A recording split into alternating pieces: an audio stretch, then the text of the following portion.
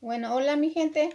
El día de hoy vamos a hacer unos atolitos de naranja. Tengo 12 naranjas, voy a pelar ahorita para hacer atole.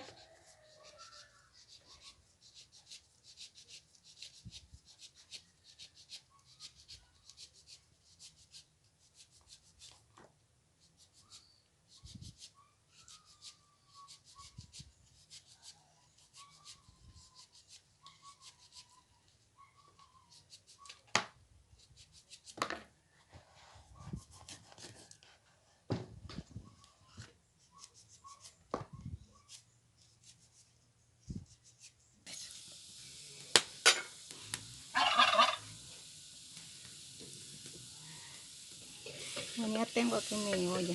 Le voy a agregar medio litro de agua.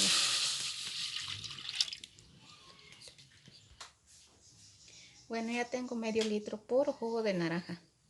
Y aquí tengo un cuarto de masa y medio vaso de azúcar.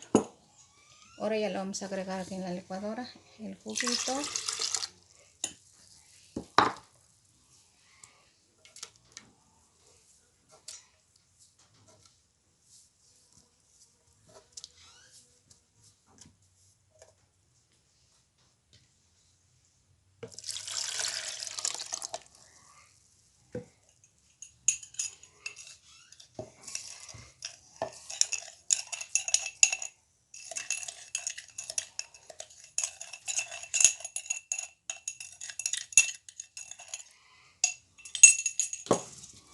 Ahora ya voy a moler. Bueno, ya le voy a agregar aquí mi masa. Ya lo licué. Ahora voy a esperar que hierva. Aquí voy a estar mañando para que no se pegue mi atolito.